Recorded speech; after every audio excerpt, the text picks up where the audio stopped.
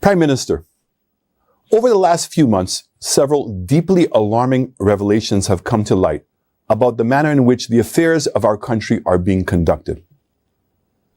As the opposition leader, I've shared with you and the general public my concerns with the GPH agreement, the Halls of Justice project, the guarantee of $80 million for the National Lotteries Authority loan, the decision to spend an additional $265 million on the Old St. Jude's Hospital, and the staggering amount of debt with which you are saddling our country.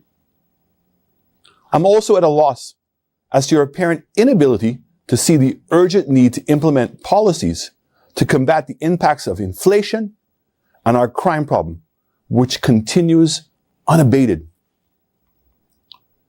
Added to these woes is the chaos currently taking place at the CIP unit. The resignation of the chairman, the serious questions surrounding the capability and the integrity of the CEO, the conflicting facts between the minister and the CEO, the allegations of collusion and corruption, the naming of both the minister and the CEO in a RICO case, and the breach of the CIP Act where no audited reports have been made public or tabled in the House of Parliament for the last 2 years.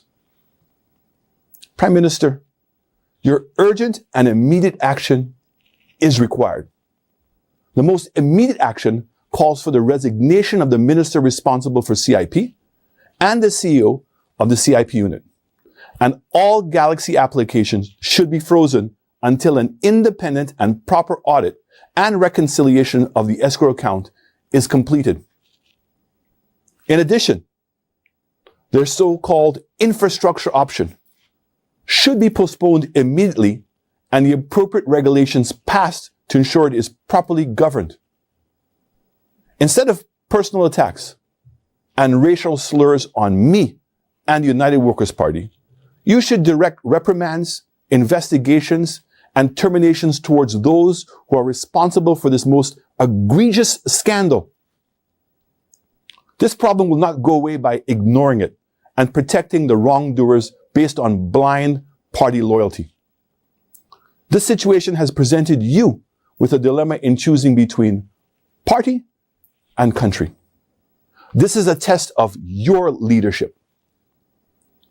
Rather than hiding behind the refrain that you will not make further comment on this scandal until the RICO case is concluded, the public is owed an immediate explanation as to the true intention of this infrastructure option, especially when the donation option, along with the established and regulated economic fund, can facilitate all infrastructure projects just as easily and, more importantly, transparently. The new option, whether deliberately or not, has no enabling legislation to determine how it operates or how it will be regulated. This option was never officially launched or publicized in St. Lucia, but seemingly was done in secret, giving Galaxy the sole permission to sell the infrastructure option. The minister misled the nation in his address to the nation when he said Cabinet approved this option in December of 2023, and the program was launched in March of 2024. I have obtained a copy of a Cabinet memo approving the infrastructure option in March of 2023, and a memo from the CIP unit announcing the start of this new option on February 5th of 2024. I've also been provided with an invoice dated January 24 for the infrastructure option at a discounted price of US $80,000. These facts show that Mr. Hilaire continues to engage in more secrets, lies, and propaganda. The CIP Minister Ernest Hilaire, in this same address, failed to properly explain how the program actually operates. He stated that Galaxy will be contributing through the program US $100 million towards infrastructure, but avoided the issue of how they will be reimbursed or who will collect the funds from the sale of our passports or where. He deliberately did not mention that Galaxy has been allocated 7,000 files and that each file can have a multiple of applicants up to 6 passports. We must note also that Galaxy has already been allocated 7,000 files under the real estate option by your government. He cleverly said no files have been approved, but neglected to say how many applications were pending approval, which projects are proposed to be constructed, or how much will they cost, and who the contractor will be, or where the projects will be put out to tender. How can it be that you claim to operate a transparent government, yet still the infrastructure option has no regulations or guidelines defining the role of a developer? How a developer is to be selected, and how much a developer is to be paid? Where are the payments by the approved applicants to be deposited? What are the safeguards to provide accountability and prevent abuse? Even more alarming is the latest press statement by Galaxy that they're collecting the funds and all the fees. Why would you, as the Minister of Finance, allow public funds to go directly to a private entity in contravention of both our Finance and CIP Act? Instead of addressing these serious issues, your government has instead, in typical fashion, chosen the course of misdirection and deflection, and preferred to make a pathetic and weak attempt to connect me to the MSR media claim. The fact is, I never heard of this company, nor its principal, Phillip Martinez, until April of this year, when he also attempted to contact you about evidence he has in his possession re a pending court matter. The suit alleged collusion related to the CIPs in St. Kitts and Nevis and St. Lucia, and any federal lawsuit would have to have been in the works for months or maybe even years. Any merits of their case will be for a judge to adjudicate. What is of relevance to me, however, are the revelations presented by MSR about a proposed prison project in St. Kitts. This prison was supposed to cost US $50 million.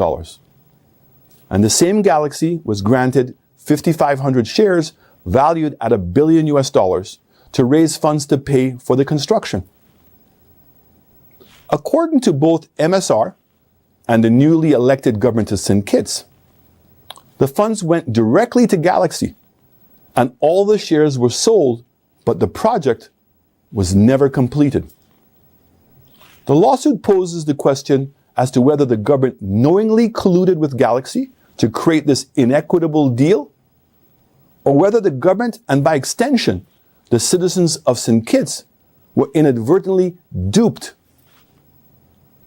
It is disturbing that you were so quick to reject the opportunity to obtain evidence and to take corrective actions if necessary. Instead, you, blinded by your enmity toward me and the United Workers' Party, inexplicably but predictably resorted to demeaning Mr. Martinez and concocting a conspiracy. Prime Minister, you need to consider the possibility whether the so-called infrastructure option may have been deliberately designed to emulate the St. Kitts prison fiasco, and whether your minister and CIP board were complicit or duped. It is critical that the CIP program operate with the utmost transparency and integrity, and this unregulated infrastructure option must be terminated. If the alleged statements by the CEO of the CIP are true, and Galaxy has been allocated 7,000 files at a value of US $700 million to finance only $100 million of projects, every right-thinking person will appreciate the absurdity of this formula and will want a clear answer as to where the other $600 million is going. To make matters worse, if as was confirmed by the minister in his address, our citizenship is being sold at a price below the legally authorized price. This would be considered fraud. And when these funds are then transmitted through the international banking system, this will constitute money laundering. With regard to the escrow account set up in Hong Kong by the CIP unit during my term in office, I am heartened by the minister's statements. And I quote, "When our government came in, we requested statements of the escrow account of Caribbean Galaxy, and we ensured that these statements are reviewed by the CIP unit monthly. They monitor the deposits into the escrow account to ensure the prescribed minimum investment amount of $200,000 is deposited into the account for every application." End of quote.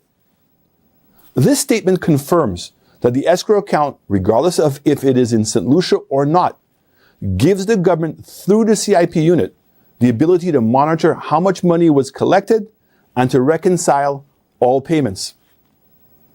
The minister's statements can also be taken to conclude that when the new government came in, all the money collected by Galaxy was duly accounted for. Therefore, the only way that the real estate option could have been undersold is if the CIP unit was colluding with Galaxy. Mr. Hilaire also evaded the most pertinent questions about the Galaxy Hotel development funded by CIP monies. The original agreement with Galaxy under my government was at US $300,000 per file, and Galaxy had proposed to make an equity contribution of approximately $150 million to start a hotel project in Canals. It was your administration that reduced the price to US $200,000, diminishing the value of our passports. It was reported that your CEO said in a recorded meeting that Galaxy was given permission to sell 7,000 files or potentially 28,000 passports. Mr. Hilaire confirmed that Galaxy has had 1,367 files approved as of March this year, which means they have collected in excess of US $270 million or EC $730 million. He repeatedly said, all the hotel shares have already been sold. Again, if you are monitoring the escrow account, as you should, and are assuring all of us that the $200,000 is being collected, why are you allowing Galaxy to collect US $1.4 billion for a hotel estimated to cost only $400 million? What is the extra amount of money being used for? Is Galaxy still making an equity contribution? Or are they building a hotel entirely using CIP funds? These questions need to be answered honestly and immediately. Prime Minister, if this fiasco is not handled seriously and urgently, it will have grave legal implications that can jeopardize our visa-free arrangements, our correspondent bank agreements, our country's reputation, and raises worrying concerns about the management of state funds. The Chamber of Commerce, private sector, and the Bankers Association, among others, I expect are anxiously awaiting your decisive action, as are our foreign state partners, who've entrusted us to respect the privilege of the visa-free access, which, if abused, can lead to dire consequences for their national security. In the last couple of weeks, we've been informed of 5 Chinese nationals who've obtained citizenship from St. Kitts and Dominica, who were arrested in the United States, England, and Singapore for criminal acts. United Kingdom has already terminated visa-free access for Dominicans.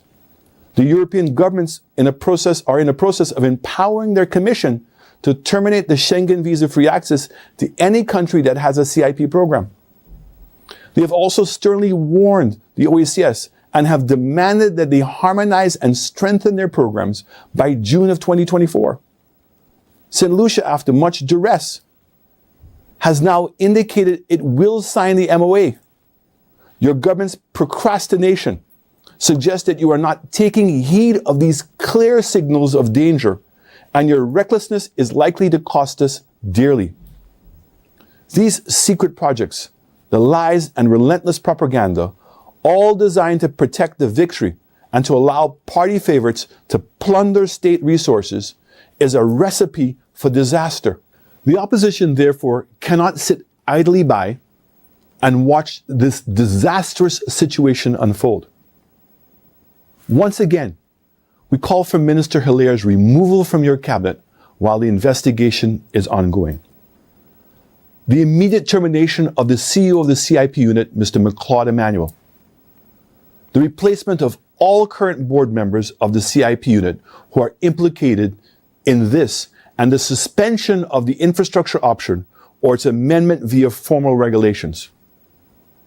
In addition, all further applications from Galaxy must be suspended pending completion of an independent audit, and Galaxy itself must be suspended as a marketing agent of the program.